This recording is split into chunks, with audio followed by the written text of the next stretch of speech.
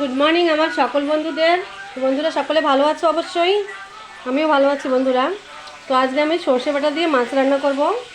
এই দেখো কপিস মাছ আছে, ফ্রিজে ছিল, ফ্রিজে রাখা মাছ। তো এখন এটাকে সুন্দর করে ধুয়ে নেব। ফ্রিজের মাছ সবসময় ধুয়ে রাখবে বন্ধুরা। প্রথমে জল দিয়ে একটু ভালো করে ধুয়ে নিচ্ছি।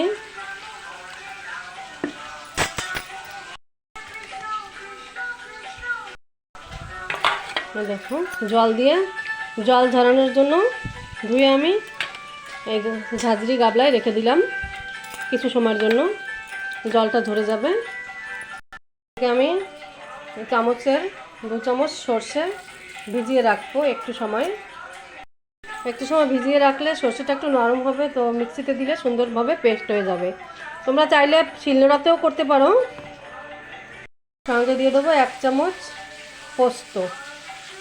পোস্তটাকে একটু ভিজিয়ে রাখবো, একটু জল দিয়ে ভিজিয়ে রাখবো, সামান্য একটু জল দিয়ে। এখন 10 মিনিটের মতো ঢেকে রাখবো, এটাকে একদম সুন্দর ভিজে যাবে। এখন একটা পাত্রে আমি 2 চামচ হলদি পাউডার নিয়ে নেব। আজকে এখানে লঙ্কা পাউডার ইউজ করব না, কাঁচা লঙ্কা দিয়ে রান্না করব।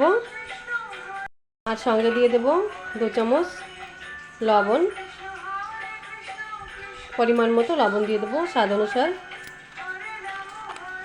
দেখো 10 মিনিট পরে ভিজে গেছে একদম। তো এখানে এটা আমি এখন পেস্ট করে নেব, মিক্সির দ্বারা পেস্ট করে নেব।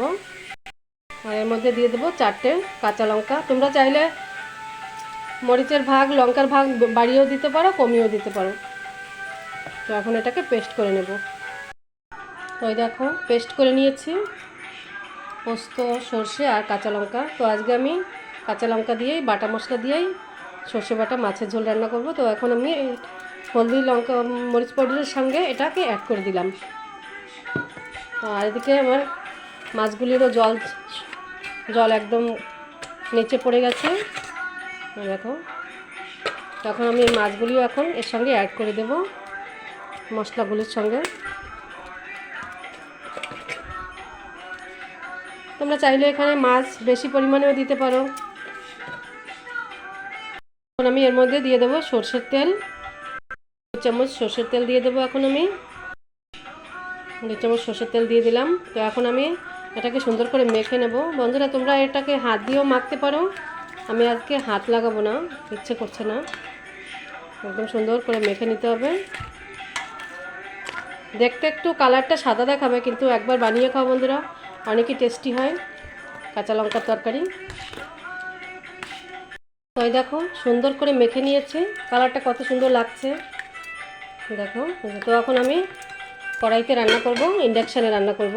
দেখো এই কড়াইটা আমার নতুন কড়াই। তো আজকে আমি এটা ইন্ডাকশানে ইউজ করব প্রথমবার, তোমাদের সঙ্গেও শেয়ার করছি বন্ধুরা। তো প্রথমে ইন্ডাকশানটা অন করে নিলাম।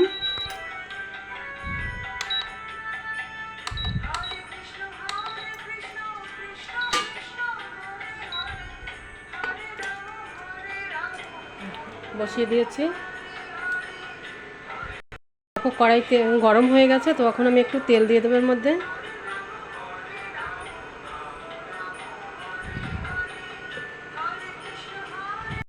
তেলটাও গরম হয়ে গেছে। আমি এখন 1 চুটকি জিরা দিয়ে দেবো এর মধ্যে। দেখো জিরাটাও ফুটে গেছে।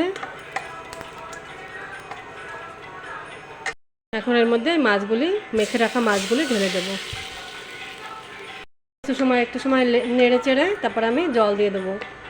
মাছটাকে বেশি সময় ভাজবো না এটাকে আজকে। এই পাত্রে মশলা রয়েছে, তো সেটাকে আমি এখন ধুয়ে এর মধ্যে জল দিয়ে দেবো পরিমাণ মতো। পরিমাণ মতো জল দিয়ে দিয়েছি। এখন আমি ঢেকে ঢেকে একটু সময় রান্না করব, 15 মিনিটের মতো। এখন ঢেকে দেবো আমি 15 মিনিট এইভাবে রান্না করব। তো এই দেখো 15 মিনিট পরে আবার ফিরে আসছি। এই দেখো প্রায় রেডি আমার সর্ষে বাটার মাছের তরকারি হয়ে গেছে। ঝোলটা একদম কমে গেছে। এরকম একদম মাখা মাখা করে রান্না করতে হবে। তো একবার বন্ধুরা বানিয়ে খাও, অনেকই টেস্টি হয় সর্ষে বাটার পোস্ত আর সর্ষে বাটার মাছের ঝোল কাঁচা লঙ্কা দিয়ে। দেখতে কালারটা একটু সাদা সাদা লাগছে, কিন্তু খেতে অনেকই টেস্টি হয়। তো রেডি আমার তরকারি, এখন আমি নামিয়ে নেব। দেখো মাছটাও নরম হয়ে গেছে, দেখো মাছটা নরম হয়ে গেছে। তো এই দেখো সর্ষে বাটা মাছের ঝোল একদম রেডি। তো বন্ধুরা আজকে এখানেই শেষ করছি। তোমরা ভালো থাকো, সকলে সবার খেয়াল রেখো। আবার পরে দেখা হবে বন্ধুরা, তত সময়ের জন্য রাধে রাধে।